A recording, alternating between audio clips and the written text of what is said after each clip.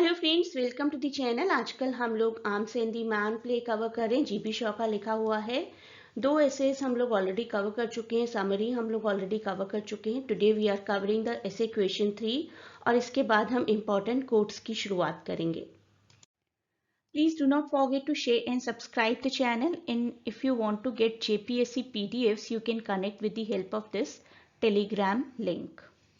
Introduction आपको repeat करना पड़ेगा, वही सेम इंट्रोडक्शन जो कि हमने प्रीवियस 2 वीडियोस में भी देखा है और समरी में भी पढ़ा है।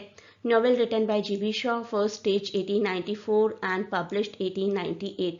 इतनी बार आप ये मुझसे सुन चुके हैं। आई नो कि थोड़ा सा मोनोटोनस फील कर रहे होंगे, लेकिन आप ही के बेनिफिट के लिए है। जितनी बार पढ़ेंगे, जितनी बार देखेंगे, सुनेंगे, उतना आपको याद रहेगा, क्योंकि बहुत कुछ है याद रखने के लिए। जितना हम याद कर सके, रिटेन कर सके किसी भी टेक्निक के through, that will be beneficial for us. तो टॉपिक 3 है हमारा क्लास डिवीजन से रिलेटेड। इसी को थोड़ा सा मोल्ड करके अगर आपको सर्वेंट्स की इंपॉर्टेंस के बारे में क्वेश्चन आए तो do it with your talent. 19th century के यूरोप की बात की गई है एक तो, which was divided into two many classes. And 19th century Europe was clearly a place जहाँ पर classes हो रही थी. It was becoming sharper and more damaging all the time. Industrialization थी, industrialization जो कि rich और poor के बीच का gap और बढ़ा ही रही थी. कि industrialization and a widening wage gap gave rise to socialist movement determined to protect members of the working class from exploitation, जो कि Marxism movement भी बोला जाता है. प्रिडिक्टेबली शॉ, जो कि एक सोशलिस्ट थे, खुद ही सोशलिस्ट एक्टिविस्ट थे, he seek to undermine the significance of class division in his play.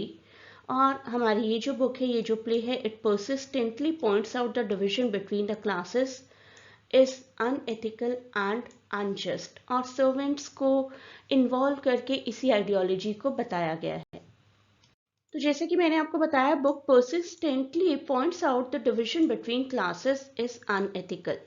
इसी आइडियोलॉजी को ये प्ले मेंटेन करता है that there is no inherent difference between a member of a working class and a member of the aristocracy, VIP sort of people, beyond the way they are treated by society. लेकिन society का treatment फिर भी अलग अलग रहता है। For an aristocrat person it is different, for a so called lower class person it will be different. बात करते हैं लूका की। लूका is the representation of all those people जो कि अपने सोशल स्टेटस को हायर करना चाहते हैं। She was a servant and she did not want to remain servant for ever. Nothing wrong with her ideology, उनकी खुद की आइडियोलॉजी है ये। So Louka is the play's most outspoken socialist character. She says she doesn't have the soul of a servant. मेरी soul थोड़ी ना किसी servant की बनी है कि मुझे हमेशा सर्वेंट ही रहना है। And refuses to consider herself subservient merely because she was born into a working class. तो she says कि मैं एक servant clan में अगर पैदा हुई हूँ तो that doesn't give me the duty to become a servant forever. She falls in love with Sergius and addresses Raina by her first name. Raina यानी कि अपनी मास्टर को फर्स्ट नेम से आइडेंटिफाई करना, नाम से आइडेंटिफाई करना ही अपने आप में एक इंडिकेशन है कि I am not a different person from you, I am just like you, you are born into aristocracy, that doesn't make a difference between two of us, you are a human, I am a human. So in doing so she defies tradition and advances her own equality. Tradition को defy करती है, अपनी equality को protect करती हैं. अब लूका की बात की है तो लूका का कंपैरिजन बहुत ज़रूरी हो जाता है मेल सर्वेंट निकोला के साथ. लूका की एस्पायरेशंस हैं upward mobility and these are थॉटेड by the rigid social structure exemplifying the limitations imposed by class division. इन सारी लिमिटेशंस को वो नहीं मानती. शी सेज कि I am not born to be a servant forever. I was born to be a servant maybe in my initial stages of life. मेरा यही काम है, मुझे यही सिखाया गया है. तो yes, I am a servant. But who says कि I am to be a servant forever? Similarly, एक और कैरेक्टर है Nicola. The Petkoff family's man-servant provides another perspective on class and status. Nicola is loyal and devoted to his employers.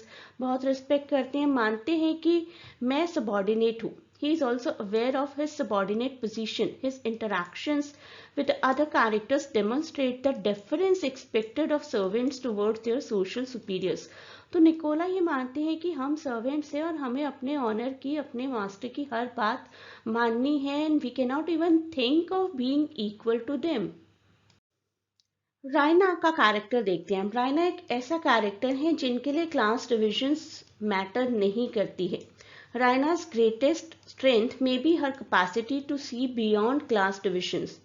Bluntschli शुरुआत में वो नहीं जानती थी Bluntschli is the one who owns a chain of hotels, लेकिन फिर भी वो ब्लंशली से प्यार करने लगी थी। Bluntschli persistently identifies initially himself as a poor soldier, and that doesn't matter for Raina. She was kind to him irrespective of his status. Initially she did not know he has a great fortune. So this is especially notable considering how wrapped up in the meaning of wealth and aristocracy the Petkoffs are.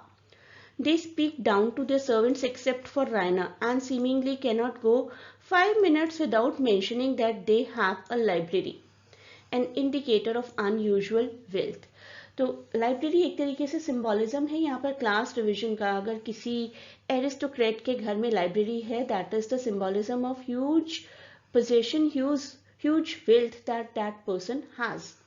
तो बार बार mention है इस play में library का, बार बार mention है कि हमारे पास servants हैं। इन सब के बावजूद रायना उनमें से एक डिफरेंट पर्सन है।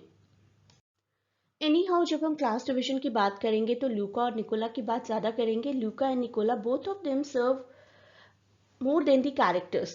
They carry symbolic significance within the play, representing different aspects of society, human nature, class division. लूका की बात करें, लूका represents the aspirations and struggles of the lower class. Lower class के जितने भी लोग जो भी स्ट्रगल करते हैं अपने स्टेटस को बेटर करने के लिए, उसको लूका रिप्रेजेंट करती हैं। Despite her condition, her status, her station in life, she is ambitious and determined to improve her circumstances. On the contrary, Nicola represents the resignation of the lower class. Unlike Luca, who aspires to rise above her station, Nicola is very content, very satisfied to accept his place in society and serves his masters faithfully. तो दो बिल्कुल different types of characters दिखाए गए, दो बिल्कुल different तरीके के लोगों को रिप्रेजेंट किया गया है with the help of these two characters. So ultimately we can say this in the end, that this play is the exploration of class relations and complexities of social mobility that were going on in the society during 19th century. Shaw ने critic किया है rigidity को, class से related, class hierarchy से related, और challenge किया है एक traditional notion of privilege and power. जो लोग प्रिविलेज में हैं और जो लोग पावर में हैं, क्या वो हमेशा सही होते हैं? ये क्वेश्चन रेज किया गया। एक सैटारिकल इंसाइट है, एक कमेंट्री है on the dynamics of class and status.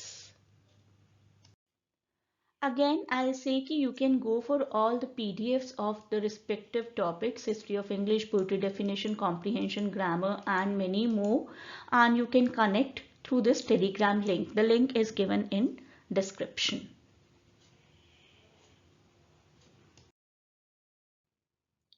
I hope ये टॉपिक आपके लिए बहुत हेल्पफुल रहा है। Please do not forget to share and subscribe the channel, provide your valuable feedback, और बेल आइकन क्लिक करना ना भूलें जिससे कि आपको रेगुलर अपडेट्स मिलती रहें। For PDF, as I already told, you can connect with us, and if you want to join any of the mentioned courses here, IGNOU की MEG सब्जेक्ट, CUET की प्रेपरेशन, JPSC का लाइव बैच, अभी new admissions नहीं चल रहे हैं because not much time is left. English literature optional for UPSC exam. You can join the online classes, and the link to get information is the same. This link, ये link जो कि मैंने आपको description में भी provide किया है, इसकी हेल्प से आप कॉन्टैक्ट कर सकते हैं to know more about the classes and to know about the JPSC PDFs.